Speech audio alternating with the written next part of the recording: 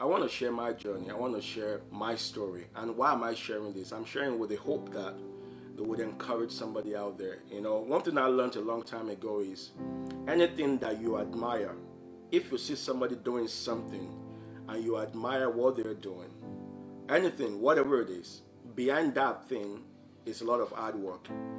So I've come to learn that if I admire something in somebody, I would be more interested to know what is the story behind it. What is the thing that they are doing? What are the things that they've done in the past that has gotten them to where they are? Behind every journey, behind every glory, there is a process to it. So, I know a lot of people send me a lot of messages on how did you do it? What can I learn from you? And that's why I feel like I need to share the story behind this journey so that hopefully, it can help one or two people out there. It can really help you on your journey as well, help you with whatever you are working on as well. So, I started my YouTube journey in 2011. I had desired that God would help me to use my gift in such a way that when I play, that something that people will experience something that is supernatural and can only come from God. And this was inspired when I was reading the story of David in the book of 1 Samuel 16:23. And the Bible was talking about when David would play and the evil spirit would leave Saul and the refreshing spirit would come upon Saul because of David playing. So I told God, I said, God, you know what? I want to do what David does. I was so bold about it. I said, you know what? I said, there's no reason for me to play this instrument if it's not gonna have an effect on people's lives. If it's not gonna help people in their walk, in their development, in what they're dealing with on a day-to-day basis. So that was my desire, that I will use my gift in such a way that it will make an impact in people's life. So then I began to talk to God about it, and I feel like God saw my heart. So in 2015, God said to me, don't attempt to do anything complicated with your music. He said, keep it simple, and I will through your simplicity draw many to myself. That changed everything for me. Then I realized that maybe all along I've been trying to use my gift the way I wanted to use my gift. Maybe all along I've been trying to do it my own way, do my own thing. Why do I have to share this with you? Because I know most of us, we're gifted. It's not about giftings. You have the gift, you have the talent. You've been working at something for so long now. You've been trying to do it. But perhaps God wanted you to be on this Insta Live today so that He can tell you how He needs you to do it. So that He can actually tell you, hey, maybe if you do it my way, maybe it might actually work out. Because all I did was I changed the approach that I do things. I started doing it God's way. And that is what has gotten me to where I am today. So the 500,000 subscribers you see today, and that's just within 3 years. Because 2017 to 2020, that's 3 years, my friend. We had 400,000 subscribers just between that 3 years. Just because I surrendered my gift to Him. Just because I decided to change how I do things. So I want to encourage you. And this is my first point, is maybe you need to try it God's way. I've always said that the fact that you can sing doesn't mean that you have to produce 10 albums. Maybe God has a unique way He wants you to use your gift. I personally, my dream growing up was I thought I was going to tour with all these amazing musicians, amazing artists. My goal was to be touring from city to city with artists and to be one of the baddest musicians you can ever see in the world. But God had a different plan. God had a different purpose. So maybe you're on this live stream today. You are frustrated with your growth. You are frustrated with your results. And it could just be that you've been doing it your way all along. You've ignored God. You've not actually taken the time to ask Him, how do you want me to use this gift? You've given me this gift. How do you want me to use it? Maybe this is for you. Maybe all you need to do after this is to go back to God and say, God, I've tried all this for years and it didn't work. What do I do next? The next thing I wanted to say is, is to not despise the little things. All I had was a gift, and all I wanted to do was to surrender it to God. The Bible said, do not despise the days of small beginnings. I've just shared my story with you of how my beginning was so small. But when God saw that this guy is obedient, this guy wants to do it my way, when I finally surrendered my gift to Him, guess what happened? It began to lead me on how to do it. So don't despise what you have. You might say, oh, I can only sing, I can only draw, I can only cook. Whatever it is that you have is all you need. I'm going to say that again. All that you have today is all you need. And everything you need, God has put on the inside of you right now. Everything you need. No, there's no need looking somewhere else. There's no need coveting someone else's gift. There's no need trying to be like somebody else. Everything you need is already here. You just got to dig deeper. You just got to walk with God and say, God, reveal to me that which you placed on the inside of me. That's how I got here. I just discovered that I had something. I loved music. I can play the keyboard. God, can we work together to do something with this thing? And that's how I got here. So don't despise the days of little beginning. Embrace it and use it the way God wants you to use it. I'm sure you know the story of that lad with 2 fish and 5 loaves. The multiplication began when he surrendered it. And I can say that for myself. The multiplication on my YouTube began when I surrendered my gift to him. That's where it began. The multiplication you're looking for, the publicity you're looking for, the connections and all the things you're looking for, it begins from you surrendering your gift. So I want to encourage you today. Don't despise the little that you have. Then surrender it to God and walk with God in partnership with God and watch God really use that little that you have to get you to where you need to go. Discover what makes you unique and embrace it. You know, there are many pianists out there. I have some amazing friends that, you know, they will play and they will inspire me to give up sometimes because they play so well. So I'm not going to say I'm the most talented pianist you've ever listened to. No. But one thing I've always tried to do is to embrace my uniqueness. I don't have to sound like them. I don't have to play like them. We may all do the same thing. There's nothing wrong with that. But we're all unique. That's why my fingerprint is my own. My DNA is my own. You can't find somebody else in this world with the same fingerprint as me. So find your uniqueness to that thing you're doing. So maybe you're into doing makeups, or you're into singing, or you're into arts, or you're into IT, whatever it is. Bring your uniqueness to it. That is what we need. I would say this, the world doesn't need another Tasha Cobbs. The world, we don't need another Nathaniel Bassey. We already have one of those. And I can say that the world doesn't need another Dapiti Keys. They already have me. The world is waiting for you. The world is looking for you. The world is actually waiting for you. And that's why the Bible said that the earth wait for the manifestations of the sons of God. So don't sit in your house right now wishing you are somebody else, wishing you had what the Dapiti Keys have. No. God is saying, I can do much more with your life. So God is saying, I want you to find what makes you unique and embrace it. My approach to the keyboard is unique. I brought it.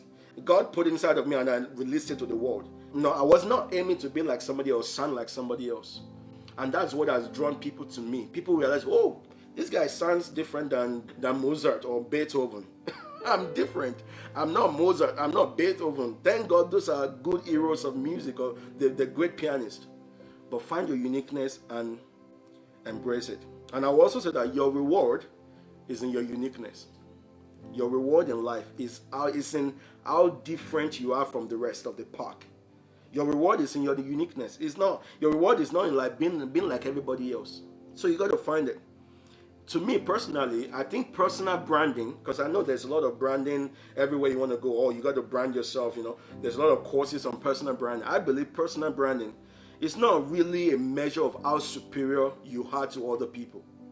It's not really a measure of how superior you are to other people. I believe personal branding is actually a measure of how different you are to other people. How different your product is. How different to what you bring to the table. How different it is. It's not about, oh, I'm not competing with another pianist out there. My personal branding is, I'm different. There could be no better branding than that. If you want somebody else, go listen to their stuff. But if you want me, I'm different. And I'm not going to live my life trying to sound like somebody else. So personal branding to me is what makes you different than the other person. Your reward is in your uniqueness. It's not in trying to be like everybody else. You know, there's no need to be a carbon copy of somebody else. Actually, there was a quote I saw years ago. Somebody was walking in front of me, and on their shirt it was written, "Be yourself. Everyone else is already taken." So That liberated me from trying to compare myself, trying to be like somebody else. Be yourself. Everybody else is already taken. So just do your thing. Bring your uniqueness. That's what we want to see. We want to hear you. We want to see what you do. We want to see how you bring your uniqueness to the game. So find your uniqueness and embrace it. Find your tribe. TRIBE. Find your tribe. What do I mean by that? I'm going to tell you this, and it's a very bold statement.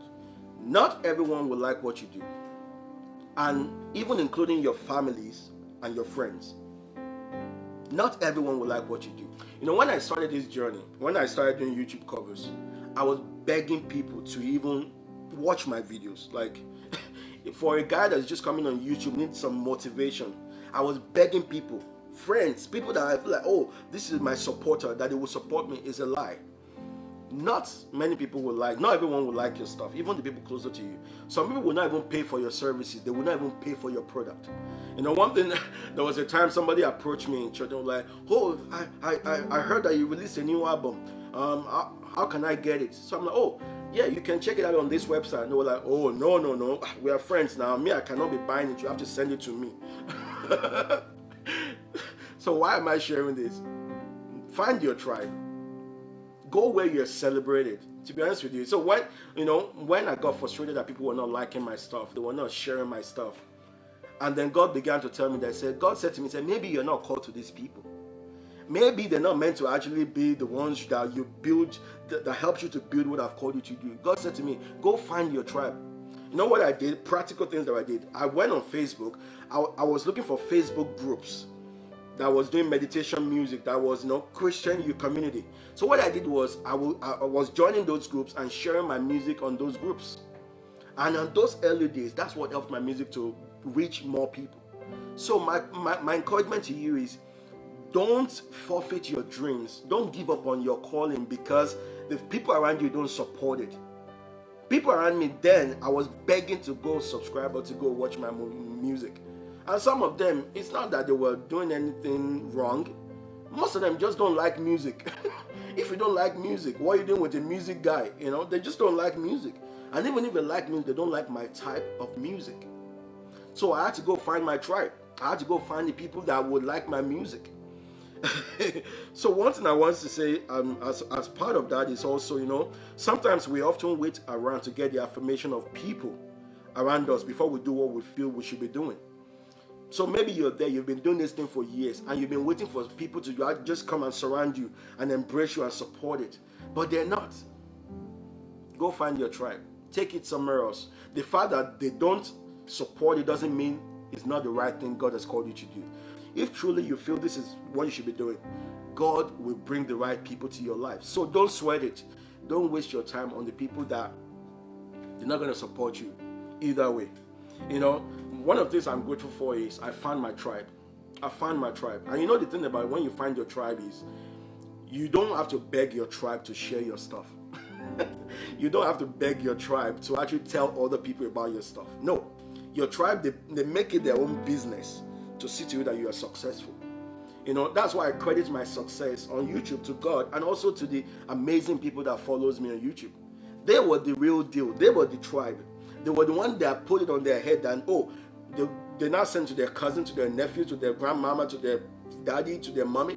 They're the ones sending it. You will not have to beg your tribe to support what you do. No, you will not. They're your tribe. They make it their goal to see that you succeed in what you've been called to do. Let me give you one little secret. Maybe some of you are wondering that, maybe I've done a lot of advertisements on YouTube. Maybe I have an uncle that works with Google that helps me to hack the system and get me these numbers. I can tell you that, no, I don't. I wish I had an uncle that works in Google, but I don't. I wish I can tell you that I spent about $500,000 on YouTube to do advertisement. No. Guess how much I've spent on YouTube to do advertisement for my music? $0. I spent $0 on YouTube to tell people about my music. I could have easily done adverts. But the YouTube has grown to where it is today because of my tribe. So my encouragement to you is go find it. Go find your tribe. Once you discover what God has called you to do, you find your uniqueness and you've embraced it. Now the next thing is go find the people that needs what you carry. Don't spend your time on people that doesn't need it, and they will only further frustrate your effort. Focus on one thing. Most of us, we don't do one thing long enough before we try something else. You try this for 6 months, it's not working. Maybe God has not called me to do this. Now you jump into something else. You try this for another 6 months, and we go year in, year out trying different things and never finish one thing. Today I'm celebrating crossing 500,000 subscribers. But guess what? I've been doing the same thing on YouTube for the last 9 years. It took me 9 years to get to where I am today. So focus on one thing. If this is one thing you believe God has called you to do, narrow it down and focus on it.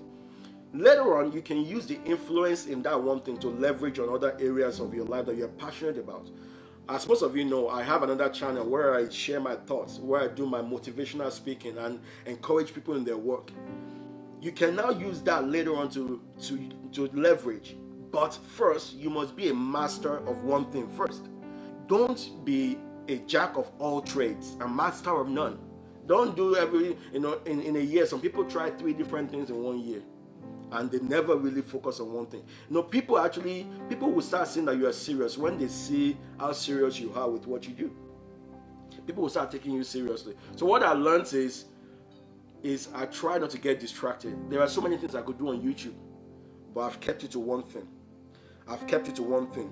And I want to make sure that when people come to my channel, they know what to expect. They know what to do. They know why I'm there. So being focused really helps. Avoid distractions. There are going to be many things I can do. There are many things that God has given me the ability to do, but I've chosen to make sure I focus on this one thing. So that's my encouragement to you. Be patient with the process. Anything good in life will take time.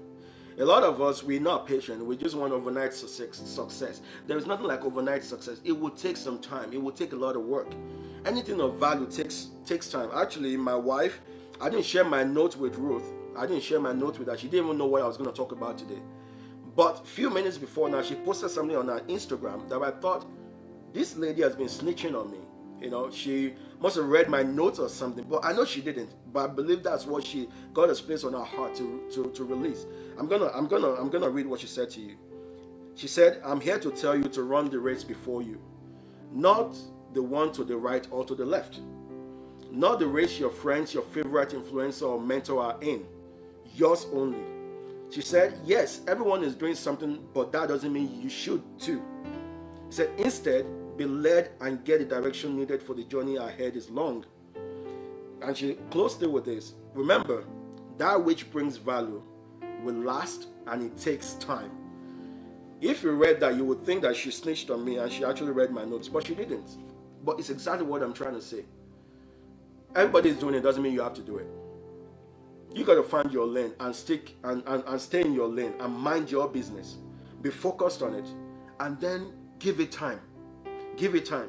Be patient with the process. And I know sometimes it gets frustrating. Like I said, I was frustrated in 2015. I wanted to give up. That this is not going anywhere. But thank God I didn't give up, because I didn't know that just a year after that, or 2 years after that, I will be celebrating 100,000 subscribers. And then just 3 years after that, I will be celebrating 500,000. So be patient. But just a word of caution though. Just a word of caution. Also, I don't want you to just be wasting your time doing the wrong thing. So if you're doing something and it's not working out, and it's not doing what you've been, and it's not yielding the results, maybe it's a time to step back. Like I said, like I did, take a step back, go back and seek the face of God and ask God, am I doing this right way? What else can I do better? There's a story in the book of Luke, chapter 13, verse 6 to 9. And there was a man there that I believe he was a farmer. He had one of those trees in his vineyard.